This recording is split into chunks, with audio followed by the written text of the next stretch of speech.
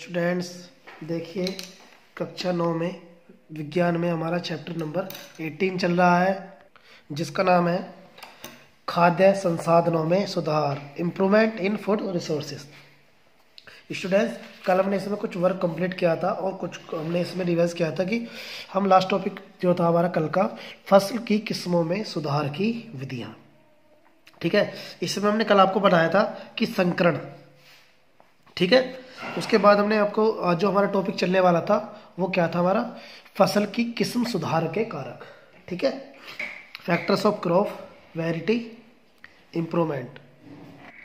देखिए students, factor of crop variety improvement, कुछ कारक जिनके लिए फसलों की किस्म में क्या होता है, सुधार किए जाते हैं, वो निम्नलिखित हमें यहाँ दिया गया है। पहला है उच्च उत्पादन, कि फसलों की किस्म में सुधार प्रति एकड़ फसल के उत्पादों को बढ़ाने हेतु किया जाता है। कि फसलों की जो हम उत्पादन करते हैं या उनकी किस्मों में सुधार करते हैं वो इसलिए करते हैं कि प्रति एकड़ जो उनकी उत्पादक क्षमता है उसमें कुछ सुधार हो सके। ठीक है, उन्नत किस्में, फसल उत्पादक की गुणवत्ता प्रत्येक फसल में भिन्न होती है। दाल में प्रोटीन की गुणवत्ता, तिलहन में तेल की गुणवत्ता, फल तथा सब्जियों का संरक्षण महत्वपूर्ण होता है, क्योंकि हमें फसलों की सुरक्षा भी क्या होनी चाहिए, करनी चाहिए। और हर एक फसल जो होती है उसकी अलग गुणवत्ता होती है। किसी समय प्रोटीन मिलते हैं, किसी समय हार्मोन्स मिलते हैं, किसी समय कार्बोहाइड्रेट प्राप्त होते हैं, किसी समय तेल वसा प्राप्त होती हैं। तो ये क्या होती है, फसलों के जो गुणवत्ताएं होती हैं, किस्में होती हैं, वो क्या होती है, अलग अलग होती हैं। जैविक तथा अजैविक प्रतिरोधकता, देखिए जैसे जैविक है रोग कीट तथा निमोटेड तथा अजैविक क्या होते हैं, क्षारकता, जलक्रांति, सर्दी गर्मी तथा पाला परिस्थितियों का फसल उत्पादन पर अत्यधिक प्रभाव पड़ता है। इन परिस्थितियों को सहन करने वाली किस्में फसलें उत्पादन में सुधार कर सकती हैं।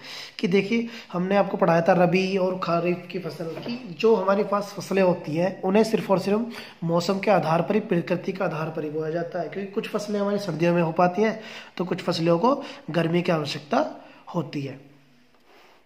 और किस्मों में सुधार हमें ये करना चाहिए कि जैसे कि सर्दी की फसल गर्मी में भी उगाई जा सके या गर्मी की फसल सर्दी में भी उगाई जा सके। परिपक्व काल में परिवर्तन, फसल को उगाने से लेकर कटाई तक कम से कम समय लगना चाहिए। इससे किसान प्रतिवर्ष अपने खेतों में कई फसलें उगा सकता है। कम समय होने के कारण फसल उत्पादन में धन की भी कम खर्चा होता है और समान परिक्रम कटाई की प्रक्रिया को सरल बनाता है।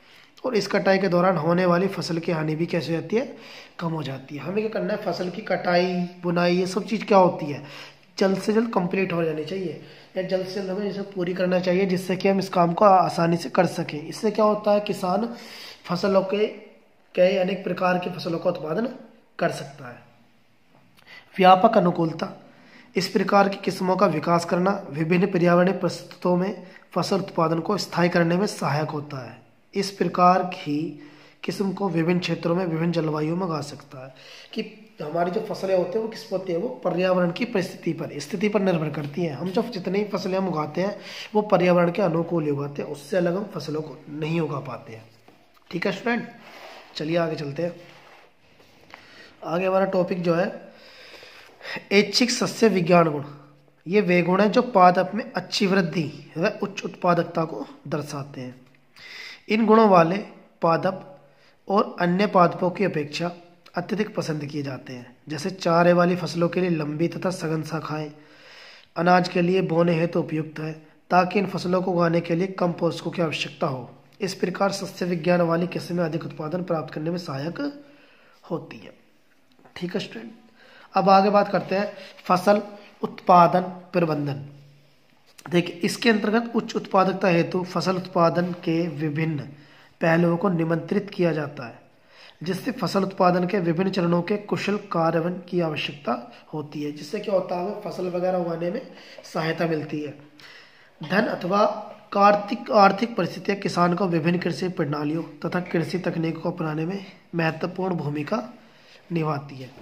जो हमारे पास धन और आर्थिक परिस्थितियाँ होती हैं उसी के अनुकूल क्या होते हैं, किसान अपनी खेती को आगे बढ़ाते हैं, या उसी में उसकी जो महत्वपूर्ण भूमिका होती है वो उसी के आधार पर होती है, धन और पर्यावरण के आधार पर। योगदान उच्च निवेश तकनीकी तथा फसल उत्पादन में सह संबंध है। इस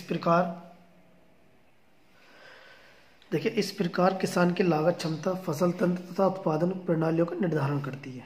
इसलिए उत्पादन प्रणालियां भी विभिन्न स्तर की हो सकती हैं, अर्थात बिना लागत उत्पादन, अल्प लागत उत्पादन तथा अधिक लागत उत्पादन प्रणालियां। अतः फसल उत्पादन के अंतर पोषकों, सिंचाई तथा कृषि पैटर्न का प्रबंधन आता है। देखिए फसल जो हम उगाते हैं वो हमारे पास यहाँ तीन तरह की उत्पादन में हमने बांटा गया है। जैसे कि बिना लागत के उत्पादन किया जा सके, कम लागत लगाकर उत्पादन किया जा सके फसलों का, और अधिक लागत लगाकर भी फसलों का उत्पादन किया जा सकता है। ठीक है, इसमें नंबर फर्स्ट जो है वो है पोषक प्रबंधन। जंतु के समान पौधों को भी वृद्धि के लिए पोषक पदार्थों की आवश्यकता होती है। पोषक पदार्थ अकार्बनिक तत्व होते हैं जो पौधों को हवा, पानी तथा मिट्टी से प्राप्त होते हैं। पौधों के लिए 16 पोषक पदार्थ आवश्यक है। देखिए जो हम कोई भी जीव है अगर वो सांस ले रहा है या कोई जीव जंतु कैसे भी है तो उसे जीने के लिए कुछ ना कुछ पोषक तत्व की आवश्यकता होती है। तो जो हमारे पास पेड़ पौधे होते हैं उनको पोषक तत्व की आवश्यकता होती है। उन पोषक तत्व कहाँ से मिलते हैं? उन्हें मिलते हैं पौधों को हवा से, पानी से तथा मिट्टी से प्राप्त होते हैं। और पौधों के लिए 16 पोषक पदार्थ आवश्यक है। जैसे कि देखिए वायु, जल, मृदा। वायु से क्या मिलता है? कार्बन व ऑक्सीजन। जल से हाइड्रोजन व ऑक्सीजन। मृदा से पादपों के 13 पोषक तत्वों की आपूर्ति होती है। जो मृदा मिट्टी होती है उससे पेड़ पौधों को किस 13 पोषक तत्वों की प्राप्ति होती है। ठीक है स्टूडेंट, 13, 14, 15 और 16। तो कुल मिलाकर देखिए यहाँ से ऑप्शनल क्वेश्चन में जाता है कि जो पेड़ पौधे होते हैं उन्हें कितने पोषक पदार्थों की आवश्यकता होती है। ठीक है स्टूडेंट, उसके बाद बात करते हैं हम यहाँ पर सूक्ष्म पोषक तत्व। ये 7 पोषक तत्व हैं जिनके पौधों को बहुत कम मात्रा में आवश्यकता होती है। ये iron, manganese, boron, zinc, copper, molybdenum तथा क्लोरीन है। इनमें से कोई पोषक तत्व की कमी के कारण पौधों की जो प्रक्रियाओं में जनन, वृद्धि तथा रोगों के प्रति पर प्रभाव पड़ता है। अधिक उत्पादन प्राप्त करने के लिए मिट्टी में खाद तथा उर्वरक के रूप में इन पोषकों को मिलाया जा सकता है। देखिए सूक्ष्म पोषक तत्व जो कम से कम दिखने में होते हैं और उन्हें पौधों को उनकी बहुत ज़्यादा आवश्यकता नहीं होती है।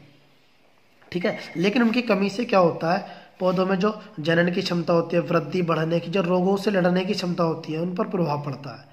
और जब भी इनके उत्पादन करने के लिए क्या होता है? मिट्टी में खाद और उर्वरक को मिला दिया जाता है जिनसे इनको पोषक तत्व प्राप्त हो जाते हैं या इनसे इनकी पोषक तत्वों की जो होती है आपूर्ति हो जाती है।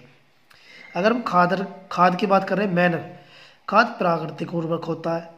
यह कार्बनिक पदार्थ जैसे जंतुओं के अपशिष्ट तथा पौधों के कचरे के अपघटन से तैयार किया जाता है। खाद्य मिट्टी को पोषकों अथवा कार्बनिक पदार्थों से परिपूर्ण करती है और मिट्टी की उर्वरता को बढ़ाती है। खाद बनाने की प्रक्रिया में प्रयुक्त विभिन्न जैविक पदार्थों के उपयोगों के आधार पर खाद को निम्न वर्गों में विभाजित किया जाता है। नंबर 1 कंपोस्ट तथा वर्मी कंपोस्ट। कंपोस्ट तथा वर्मी कंपोस्ट। ठीक है स्टूडेंट, देखिए वह प्रक्रिया जिसमें कृषि अपशिष्ट पदार्थों जैसे पशुधन का मूलमूत्र, गोबर आदि सब बोलते हैं, सब्जी के छिलके का कचरा, जानवरों द्वारा प्रयुक्त घरेलू कचरा। देखिए जो कचरे वगैरह होते हैं उन्हें हम जिनसे हम खाद्य वगैरह प्राप्त कर सकते हैं, देखिए उन्हें हम क्या बोलते हैं? कंपोस्टीकरण करते हैं। जिन्हें अपघटित कर कर, तोड़ कर या उनसे कुछ भी ऐसा कर पदार्थ बना सकते हैं जो हमारी फसल के उगाने में क्या होते हैं? योग्य होते हैं। तो उन्हें कंपोस्टीकरण कहलाती है। ठीक है, एक होती है हरी खाद। फसल उगाने से पहले खेतों में पौधों जैसे पटसन, मूंग अथवा ग्वार आदि उगा सकते हैं और तत्पश्चात उन पर हल चलाकर खेतों में मिट्टी मिला दिया जाता है। ये पौधे हरी खाद में परिवर्तित हो जाते हैं जब मिट्टी को नाइट्रोजन तथा फास्फोरस के परिपूर्ण करने में सहायक होते हैं। जब हमारे देखिए फसलों की क्या होती है? उर्वरकता हमारी कम हो जाती है। खेती की मिट्टी की जो होती है उर्वरता कैसे होती है? कम हो जाती है। तो हम क्या करते हैं कि उससे जैसे कि कोई हमें फसल उगानी, उससे पहले हम क्या करते हैं? हरी फसल उगाते हैं। जैसे पटसन, मूंग, ग्वार आदि दिया हुआ है तो उसे काटने के बाद क्या होता है? उसे खेतों की मिट्टी में मिला दिया जाता है जिससे क्या होता है? जो हरी खाद में परिवर्तित हो जाता है और इससे मिट्टी को हमें नाइट्रोजन और फास्फोरस से परिपूर्ण करने में सहायता मिलती है। ठीक है फ्रेंड, तो आज हम यहीं तक पढ़ने वाले हैं। उससे आगे देखिए आपको खाद के निम्नलिखित लाभ पढ़ने हैं। ठीक है, और उसके बाद नीचे एक टॉपिक दिया गया उर्वरक। उर्वरक को आपको पढ़ना है कि उर्वरक होता क्या है। देखिए, और कल हम जो पढ़ने वाले हैं उर्वरक हो गया और यहाँ पर हमारे कुछ टॉपिक्स दिए हुए हैं। कार्बनिक खेती होगी। ठीक है, और यहाँ पर देखिए ये जो चेक पॉइंट दिए हुए हैं इनको आपको जो मैं चैप्टर आपको पढ़ा रहा हूँ, बता रहा हूँ, वो आपको फेयरबल नोटबुक में कंप्लीट करना है। और उसके बाद ये जो क्वेश्चन है ये सभी आपको अपनी रफ कॉपी पर कंप्लीट करने हैं। अगर इन टॉपिक्स में आपको कोई दिक्कत आती है तो आप मुझे कमेंट जरूर करें। Thank you.